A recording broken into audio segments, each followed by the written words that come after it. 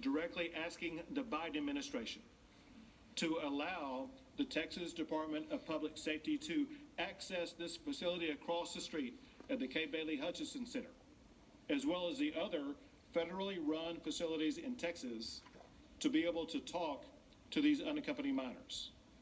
We must get to the bottom of the human trafficking and put an end to it.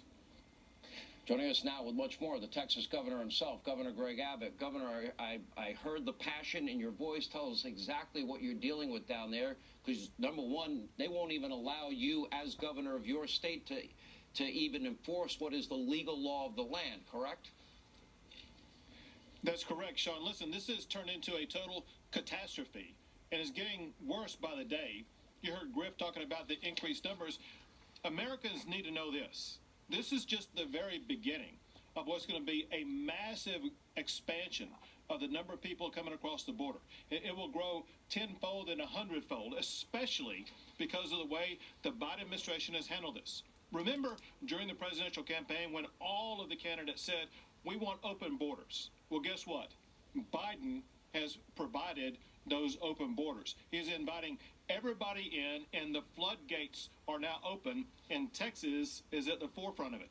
We're having to deal with these massive numbers of migrants, whether it be 3,000 in Dallas or however many they're sitting in Midland or however many they have at Carrizo Springs. And the reason why I say however many is because we can't get the data. You had Jen Psaki talking about wanting to be transparent. The Biden administration is not being transparent with either the governor of Texas or the Texas Department of State Health Services. We need to know what the health situation of these kids are. We need to know if they've been exposed to variants of COVID, and if so, is it the Brazilian variant or whatever type of variants? Our law enforcement, the Texas Department of Public Safety, they need to do their job.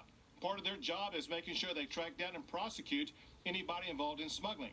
Once the kids get over to the state of Texas, they're still involved with coyotes and smugglers and people like that we do have the ability to arrest and put behind bars. The Biden administration is not letting us gain access to that information so that we can arrest and prosecute those who are assisting this immigration process. So Governor, let me make sure that we're clear here. People that didn't respect our laws, our sovereignty, and our borders that are in your state illegally, you are now being prevented from enforcing the law, and you're even being prevented from checking on children, these undocumented immigrant children, to, number one, check their safety, to check their health, to do your job and due diligence that you would normally do, correct?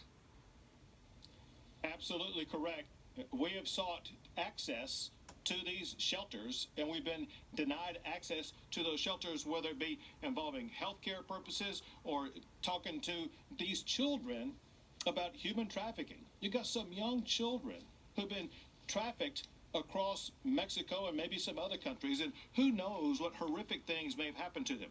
What I can tell you is Texas has a top-notch human trafficking prosecution unit, and we want to be involved and learn the information so that we can crack down on this human trafficking mission. Sean, we need to expose this for what it is, because President Biden continues to invite in young children with the promise of them being able to stay here. These children make a very dangerous trek where they have to encounter cartels, drug dealers, gang members, MS-13 gang members, and there could be horrific things happening to them. We know the legacy of the human trafficking that happens to these children. It must be stopped. Let me ask you, and even Mayorkas, the Department of Homeland Security Secretary, first that denied it's a crisis, even he now is acknowledging it's a crisis. We see a prediction it's going to be a 20-year high here. Now, you're the governor of your state. You have an obligation, a sworn oath, and a duty to uphold the law. My question to you is, in light of what's happening in Dallas, and in light of what's happening at the border, what are the remedies and options you have available to you? We're assessing all tools. I will offer this up. And I'll tell you what my expectation is, because last week I was on the border and I talked to Border Patrol officers, and they told me at the time that the Biden administration had not provided Border Patrol officers with COVID vaccines. And I called out the Biden administration and said they needed to correct it, and they did. My hope is that the same thing will happen this time, and that is I've called out the Biden administration for not allowing us into these facilities, for not cracking down on human trafficking, for not addressing the COVID situation of these children, as well as the welfare of the children, as well as not even having facilities capable of taking care of these children.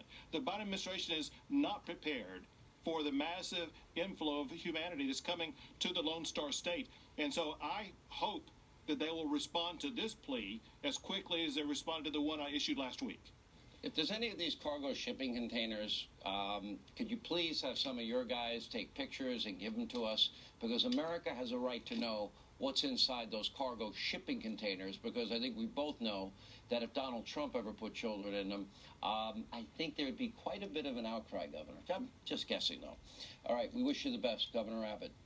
Tough situation down there.